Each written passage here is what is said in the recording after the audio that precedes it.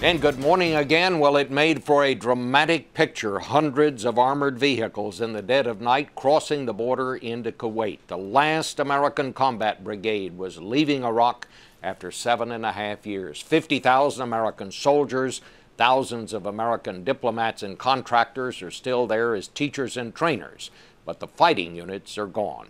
To talk about it, we're joined by our top general in Iraq, Ray Odierno, who is at command headquarters in Baghdad. General, thank you so much for joining us. I start with a serious question. Have we won the war in Iraq, General? Well, again, I would say that we've made lots of progress here. I would say to determine whether we've won the war or not, we can see that in 3 to 5 years as we see how Iraq turns out. A strong democratic Iraq will bring stability to the Middle East, and if we see Iraq that's moving towards that 2, 3, 5 years from now, I think we can call our operations a success. In terms of winning the war, I would just say that we'd seen some great bravery, and we'll continue to see some great bravery from our soldiers, sailors, airmen, Marines who served here, and how they've been able to prosecute this very difficult operation here has been magnificent, and I'm very proud of what they've done. Saddam Hussein is dead. We don't hear much about al-Qaeda there anymore. What is the biggest threat now that you see, General? Well, we still have a little bit of terrorism that operates here, but it has to do with political development. It has to do with unity of vision. It has to do with the government now starting to move forward economically, politically, diplomatically, integrate itself back into the region. We are seeing movement towards that, but that's the most important things now, political, economic development. Well, some people are saying that this stalemate that the government is in now, after all, it's been 5 months since they've had the election, they still have not been able to organize a government. Some people are worried that this country might again slide into some sort of military dictatorship, as was there when Saddam Hussein reigned. Is that a concern to you? It is not. In fact, the reason it's taking so long is because of the democratic process. You had the people choose. 12 million people showed up to vote here. And it was a very close election. And that's why it's taking long to form the government, because it was so close. People want to be involved in a democratic process. They want to select their leaders. And the political leaders here understand and realize that. And they understand the importance of forming this government and the impact it will have on Iraq for the next 4 or 5 years. And they want to make sure they do it right. They want to make sure that they have a government that can move Iraq forward into the future and make Iraq a strong democratic country. And I think that's why we're seeing it take so long. We all would like to see it completed as soon as possible. I think the quicker, the better. It's important they get moving forward with their continued development.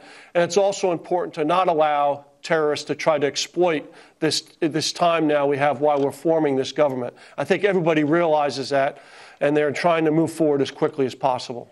General, how confident are you that you're going to hand this military task over to the Iraqi military people now?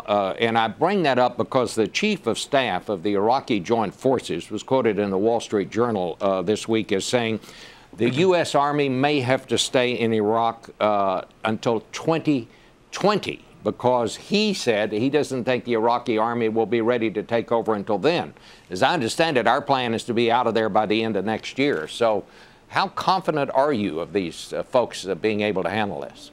Well, first, we've been slowly turning it over for them now for over a year. And for the last 4 or 5 months, they have had the lead. And they have been conducting security operations, and they've been able to sustain it at a level that I think is acceptable. I think there's 2 issues we're talking about here. I think they're now capable of dealing with the internal security. Although we still have some terrorism, they're able to take care of protecting the people for the most part so the government can move forward. The second issue, though, is developing their capacity to protect the sovereign Iraq and protect themselves from external threats. I think that's probably what General Babaker is referring to.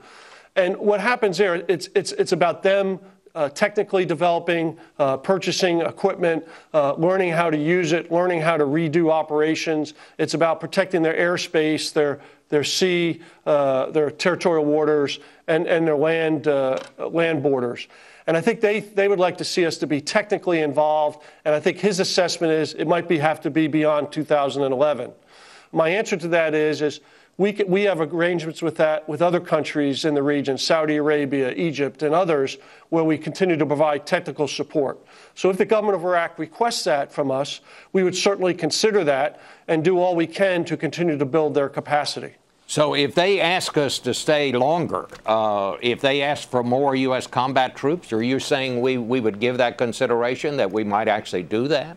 I think, again, I would say if they ask us that they might want us to stay longer, we certainly would consider that. And we would do an assessment, but that would obviously be a policy decision that would be made by the national security team and the president over time. And we certainly, if they ask us, we consider it. That's part of us developing a long-term strategic partnership with them that includes a security relationship. So we certainly would consider that. But again, they have not asked us. We'll wait to see what happens. I would tell you they're capable of providing their internal security. They're capable of some foundational external capability. I think if they did ask us, Bob, it would be for something really just technical support and not necessarily combat forces, by the way. All right. Well, General, I want to thank you for joining us this morning. I want to thank all of the people who have served there, including you, for your service. Thank you so much. Well, thank you very much for having me today.